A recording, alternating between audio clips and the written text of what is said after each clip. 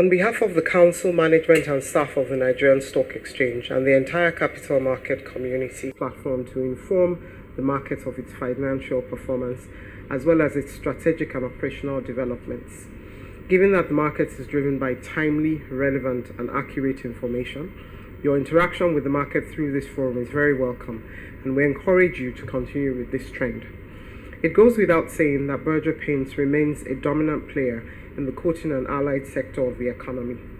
We commend the management for working assiduously towards achieving your 2018 H1 financial results. The recorded 23% increase in profit after tax from 99.03 million in 2017 to 121.96 million in 2018 attests to the inherent soundness of your strategy and resilience demonstrated by both the management and staff of the company in spite of the harsh business conditions currently faced by the sector. At the exchange, we provide a platform to support listed companies to meet their strategic business objectives. We continue to position ourselves as the African exchange of choice for African issuers and global investors by implementing far-reaching transformational policies aimed at strengthening the corporate governance of our listed companies, providing products that are aligned to investors' requirements while also ensuring a fair and orderly market. These initiatives have improved investor confidence and repositioned companies listed on the exchange as attractive investment opportunities. As part of our continued efforts to deliver a world-class market infrastructure, we have launched a market surveillance program, SMARTS, powered by NASDAQ. We have also launched a training initiative, X Academy, as part of our continuous drive to ensure capacity building. And we launched the state-of-the-art data center. The data center is consistent with our tradition of pioneering far-reaching innovations within the Nigerian capital market. With this launch, the NSE now offers a secure, cost-efficient, and holistic cloud solution to different stakeholders. With the fast-changing macroeconomic environment in Nigeria and globally, we encourage Berger Paints PLC to strive for sustainability by adhering to high standards of corporate governance, deeper social impact, higher regulatory compliance, and greater returns for shareholders. Once again, I thank you, the invited guests, for your presence here today and encourage you to participate fully during the interactive session. Ladies and gentlemen, we now invite Berger Paints PLC to make its presentation. Thank you. Mr. Fulikwe. The President of the Nigerian Stock Exchange, the Chairman of Berger Paints Board of Directors, and the doyen of the day, ladies and gentlemen, I present to you the fact behind the figures. Please permit me to skip the first side, which is the corporate profile. You know Berger Paints probably better than some of us here, but I'll just go straight to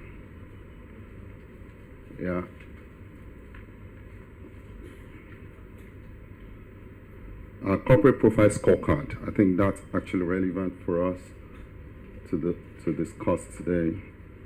We're the first paint manufacturer to be established in Nigeria.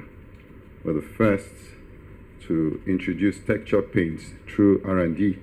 Most of the time they call it Texcoat, but Texcoat is actually a Berger brand. Others actually copied that brand. We first developed what we call the tropicalized and friendly paint products in Nigeria. Others started copying us, and of course shortly we'll be the first to introduce one of the best paints, wall acclaimed paints in Nigeria, in that we're actually setting up a state-of-the-art factory, which will be commissioned before the end of this year. And every product that will be coming from that factory would actually measure to international standards. Now, in terms of our product portfolio, we have two broad groupings. We have the decorative and the non-decorative sectors. For the decorative, we have a budget brand because we believe that we need to have aspiring customers who probably cannot afford the very top-end super premium product. So we have the budget, the economy, the premium, and the super premium in the water base, or what we call the decorative or the architectural finished products.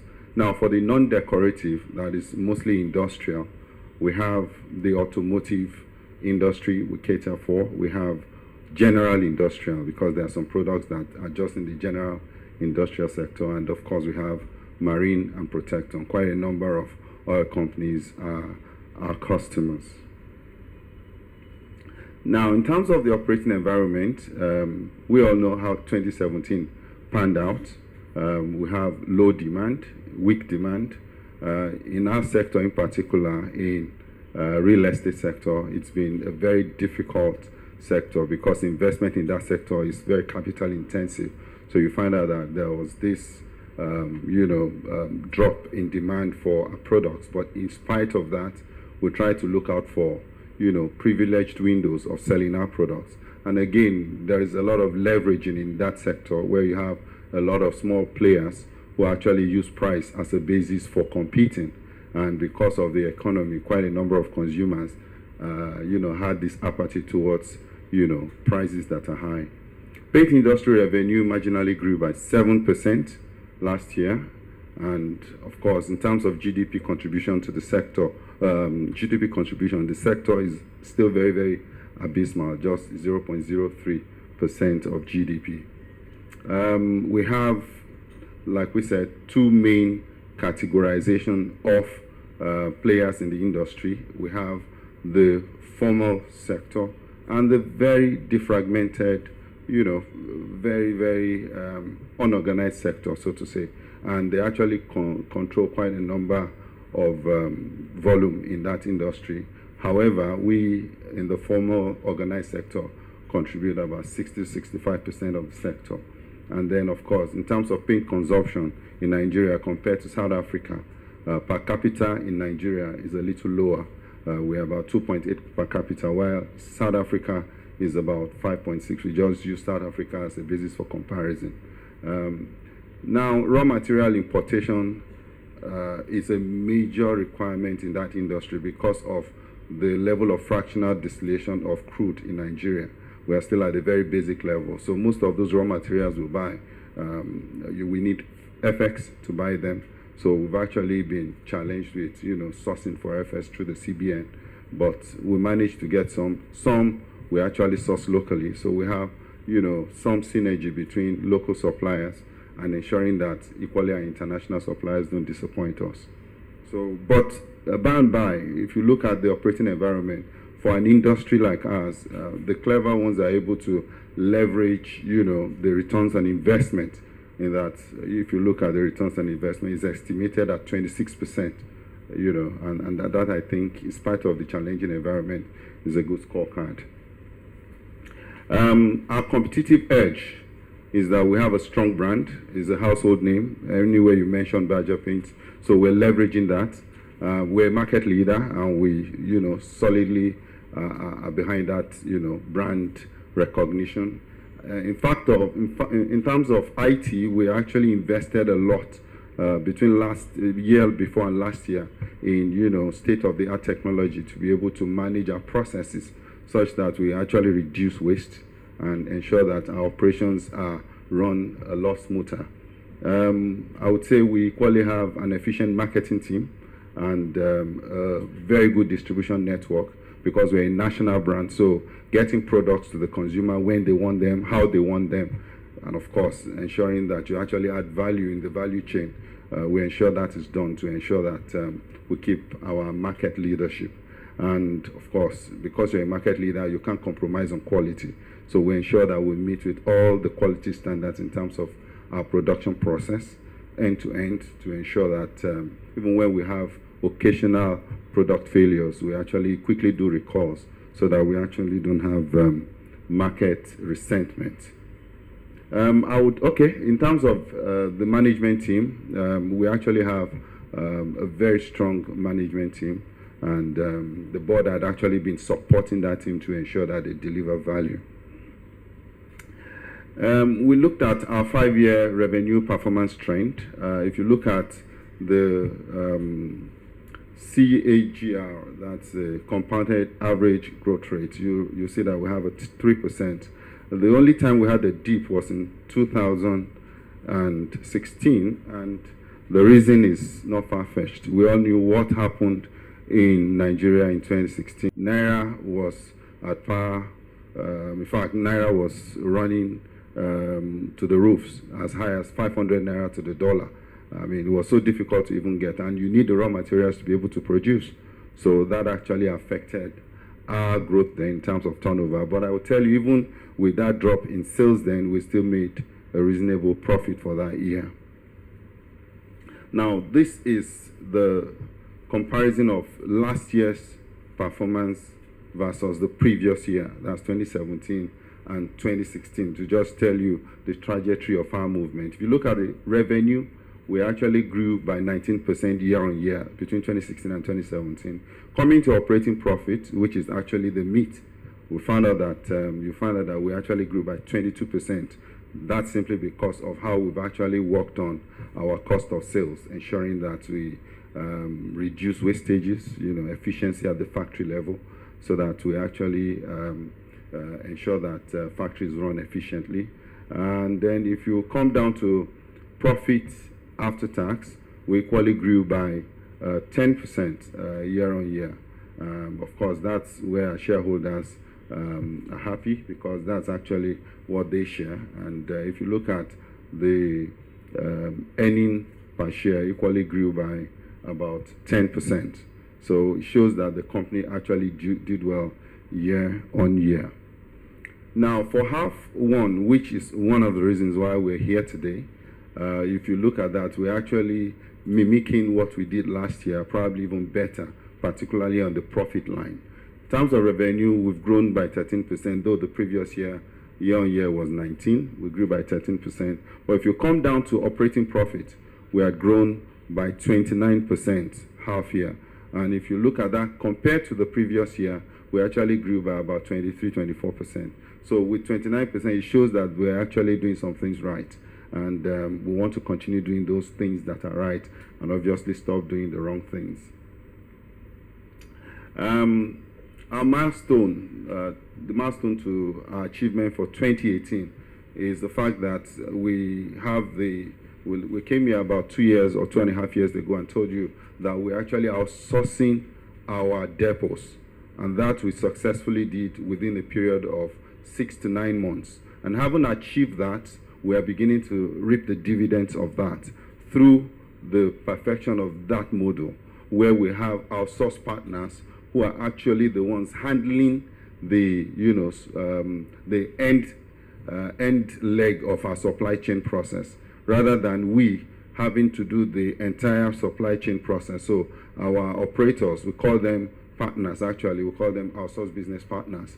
These are the ones that had grown. We grew that from 47 year on year to 52. Yeah. As at the time we came, we just had about 17 depots. So as we speak today, we simply had grown from 17 depots to 57, credible outlets where you can actually reach out to our products. And part of what we are doing is to ensure that we have a mini production outfits in those places where some products are finished. The POS equipment are in those locations. So when you go there, you don't have to wait endlessly to expect that our single production outlets or factory in Ikeja will be the one to supply you in Kano. So you can actually go to those outlets and get, your volume of paints, produced or finished at that point, and you just pay and then you go with your products. So that's an ongoing process, and we'll continue to consolidate on that. Then is the factory upgrade process I mentioned earlier. What we're doing now is we've actually prepared the platform where when the new factory come upstream, we already have the distribution network to be able to cope with the volumes of products that are being pumped out in a new factory. Like I said, the new factory will become operational. This is the state-of-the-art equipment. It's an automated equipment that requires very minimal supervision to work. So from the production to the distribution end, everything is almost automated. That's not to say that we don't need human beings to be part of the process to get the production done, but as much as possible we limit mistakes or errors that requires human being. We avoid errors as much as possible. And then part of what we continue to improve on is our capital, human capital development, training, retraining, developing people, training them. As we speak now, the new equipment, we need to send people out, which we're planning on already. They're going to be out to understand the products. We're equally bringing experts in to actually teach us how to, manage those equipments when they come upstream. And of course, we ensure that we develop a robust management framework where it is now, we have the succession planning in place such that anybody that exits, things are in place to ensure that the company runs in perpetuity. In terms of our strategic outlook, our focus in the near term will be to increase our earning and profitability. Obviously, that's what you want to hear. And definitely, it's our choice to make sure that we consistently make profit for our shareholders. And the automated new plants, we want to leverage it, obviously, with support from government in ensuring that we have the industry properly regulated. Because one of the challenges the industry faces is the poor regulation on the part of government to ensure that the unsuspecting consumer does not buy substandard products. But we will do all we can with the new equipment to ensure that Nigerians actually buy the right paints, not what they probably call the imported paints. And of course, they pay out of their, through their nose for it. And then we grow our production output, because that's very critical. As you grow your market volumes, as you grow your market space, you need to grow your production volumes. And the POS machine is, on the trail of that.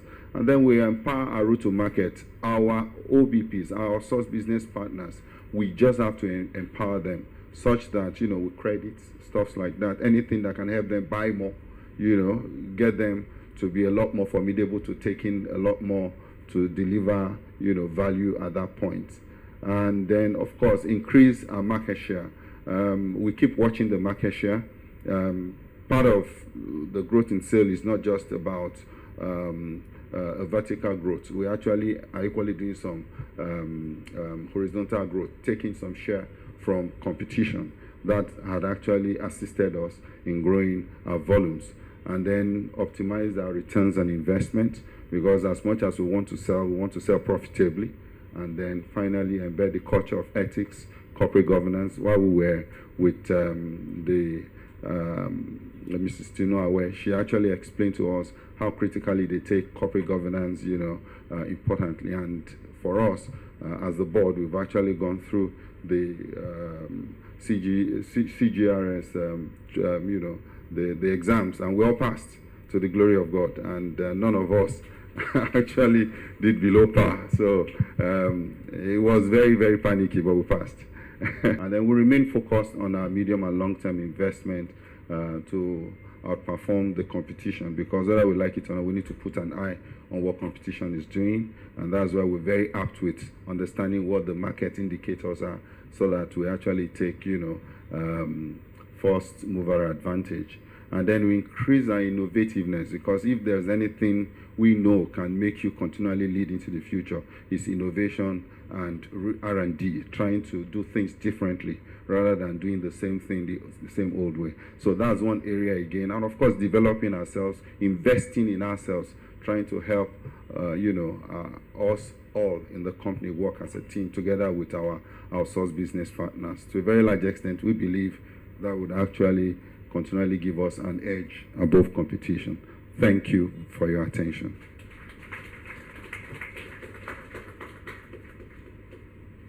Thank you, Mr. Folikwe. Can I ask you to take your seat? Thank you. Thank you very much. And open up the Q&A session. So I suggest that we take batches of 3 questions so that Mr. Folikwe and his team will be able to respond in a robust fashion. And if I can have the first 3 questions focused, okay. Yes. Financial forecast 2018. Yes, you did say that this is conservative. But so I'm not going to take you in terms of the top line and the bottom line in absolute terms, but I'm going to take it from the point of what's the margin that you are hoping to derive. And that's where my concern is. In 2016, full year, your margin was 8.6, dropped to 7.95 by 2017, and we are hoping that it will drop to 6.64 by the end of 2018. And I want to relate that to what your second half of the year will then be, again deriving from the forecast for 2018. We are hoping that you'll be doing 55% of your total sales in 2018 in the second quarter, and then you'll be doing 47.4% of your profits in the second half of 2018. These are derived based on the information that you have given. And I'm then asking, what is the season? What is the pattern of your sales as a paint company? Because one of the things that some of us were thinking is that the fact that rainy season, not too much activity then happens, and then the size of gain that you also will be bringing on the table would not be in that line as well. So I just want some clarification so that I also understand and be able to put the forecast and the figures in context. That is one. Second has to do with competition. I did know and I've read here that you also have a segment that is targeted at around budget, small buyers, small pockets, and small all of that.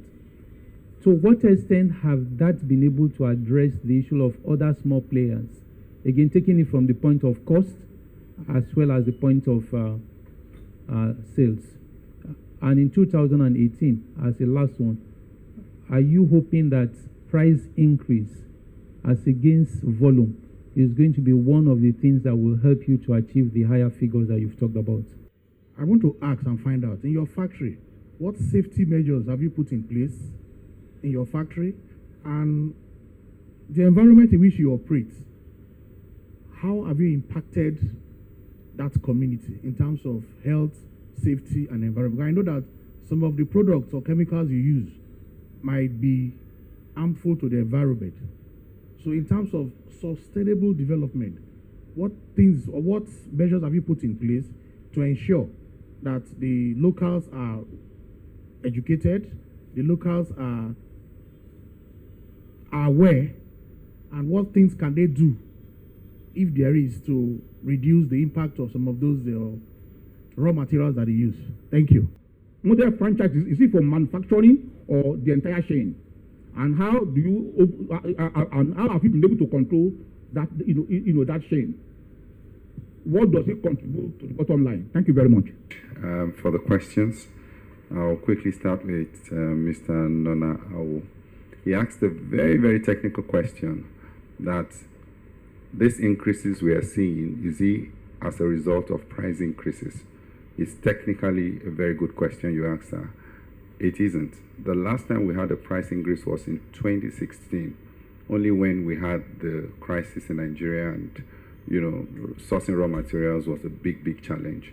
So what you see happen between 2017 and 2018 is basically operational efficiency and ensuring that we actually do better distribution of our products. So we increased volumes, and that's why you have that increase in turnover. It's just that we did not present you with the volume numbers. If you are seeing the volume numbers, it relates directly to our turnover figures. Yes, we have seasonal pattern for our products. Obviously, when it's raining, no painter would, for safety reasons, no painter would climb the ladder to go and paint. And obviously, if you paint, then the rain can wash them off. But even at that, we still manage to paint internally during those seasons. So we actually focus on projects that can address internal painting during those seasons. Being that at it may, I want to still emphasize on this slide 13. Please, we need to be careful what we tell the public. We can see from the first half of the year that we have outperformed our projection. Like we said, the reason why the stock exchange took note of it and invited us to be here. And I think part of what investors like yours do is to look at consistency in terms of promises versus achievements. And I think with that, you're able to take a well-informed decision. I believe it's only God that can tell how tomorrow is. We can only project how tomorrow will look like. But it's better to be on the conservative end. Accountants always warn us that it's better to be conservative than being overzealous when it comes to presentation of figures. The margin dip, probably later I'll defer to the head of finance. You'll probably tell us a little about that in terms of your analysis of the margin dip, though I did not observe that here. For safety measures, sir, I can tell you we are in a very regulated industry, like you know as a chemist. For you to have EIA, Environmental Impact Assessment certification, it shows that you have actually gone through all the procedure. Sir, it's a tortuous process. It's a very long process. Incidentally, you find out that these are what others who are leveraging in the industry are doing and getting away with. But because we are quoted, we are a responsible corporate organization. The likes of NAFDAC, they're on our neck to make sure those procedures, you go through them. It's not cheap, it's very expensive. But those that leverage, you find out that they don't go through all this, and that's why we want a lot of regulation within the industry. And part of what the chairman mentioned when we were, at the closing bell session was that we're trying to do things differently. Yeah, and that's part of his plan, his new plans to see how we can actually regulate, assist in regulating the industry better. We equally have safety measures. Sir, you can't enter my factory if you're not well kitted. That's the first thing. You can't. Even if you're a supplier, you've been there for ages. The fact still remains that down to staff. In fact, we have cases where if a staff actually does not take care of, safety, it's injurious to his health, but he's punished for it. We have a clinic in-house where we actually check, the health status of all the handlers on a weekly basis. At our management meeting, we check, even down to headache. We want to know why this man has a headache. Because at the end of the day, it is a healthy employee that can have that's when you have a healthy company. So it's not enough that they are, interacting with those chemicals and we don't care about them. We actually do care about them. Besides, we keep changing this safety, equipment from time to time. Mr. TJ, you talked about the franchise. That's a very key thing you mentioned, sir. Frankly, in the Nigerian context, to do franchising is a difficult process to go through. But I will tell you that Berger has successfully done that. I believe the likes of, we learned this from the world acclaimed companies, the likes of Boeing. Virtually everything about Boeing is outsourced except for the cockpit. And it's one of the best driving companies in the world today. You talk about Apple, it's the same thing. They are, virtually everything. In fact, in sourcing for raw materials, we're just considering some backward integration now. There is no way you can backward integrate to the extent that you do everything yourself.